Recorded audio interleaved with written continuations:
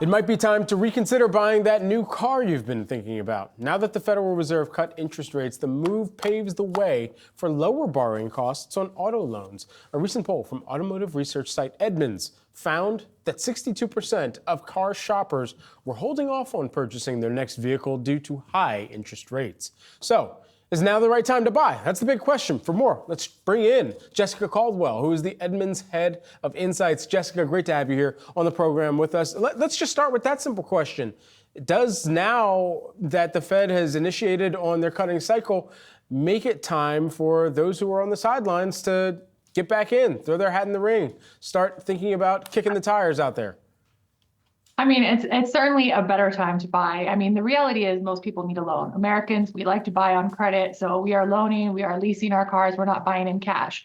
So the fact that we have, some decrease in interest rates is certainly going to be helpful. But I think it really depends what kind of buyer you are. If you are a buyer that's closer to like 5%, 6%, that a half a point difference could make a big difference.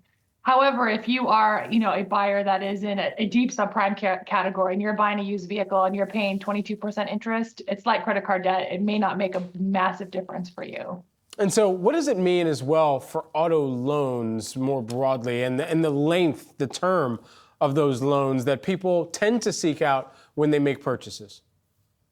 Yeah, I mean, a lot of people keep pushing out those auto loan terms just because they like the bells and whistles. Americans, we want bigger vehicles, we want the technology, we fall in love as soon as we sit down with all of the creature comforts. And because of that, we've seen transaction prices for new vehicles and used vehicles climb significantly in the past 5 years.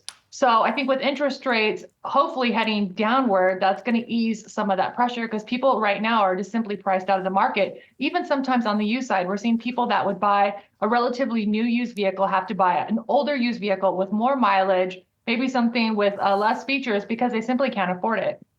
You're right. I see the Teslas, I see the Benzes, the Genesises, and I say the bells and whistles look flashy, they look nice. Man, if I could get some financing, that seems good, and just push out those terms a little bit more. But all of these things considered, how can people make sure that they are getting a true deal on their vehicle purchase in this environment?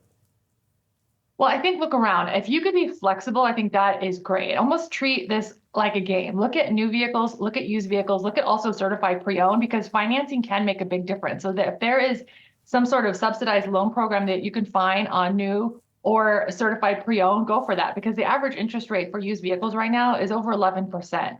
That is going to be a significant finance cost to you. So do the math. If you buy something that is new, sure, it's going to be more expensive. We know that. But in terms of financing, because you're probably going to have to finance this for over 5 years, will the cost kind of bring it in line, especially when you factor in insurance, repair costs, all of those things. So it's not just about, let me find my dream car with all the bells and whistles that I like. It is about the whole package of ownership, just because you can't really afford to make a lot of costly mistakes right now because they are costly. Everything in the cycle costs a lot of money right now. Are we seeing any key differences from the insights that you're able to extrapolate from car buyers or those who are initiating leases? If there's a core difference between how generations are treating their car purchases, whether Gen Z is looking at cars and saying, maybe I don't want to buy. Maybe I just need to make sure that I'm leasing appropriately. And how is that kind of really setting up the future of the automotive landscape from what you're able to find?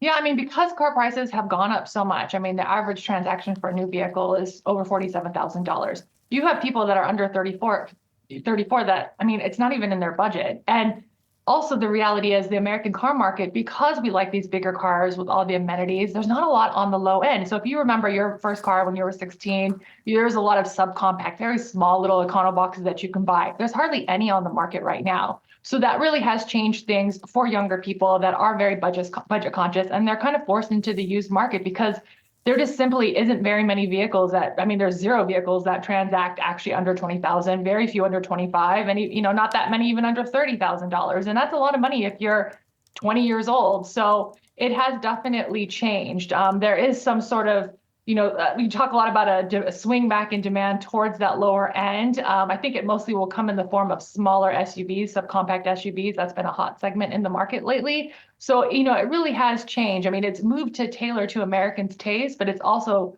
brought a lot of, especially new vehicles, out of people's budgets. That's a really good point. Good reminder there. Jessica, just lastly, while we have you here, for those who are heading out, potentially going to some lots or some dealers, or maybe just doing some online comparison shopping this weekend, what do they need to remember, and how can they make sure that they are well equipped for getting the best deal right now?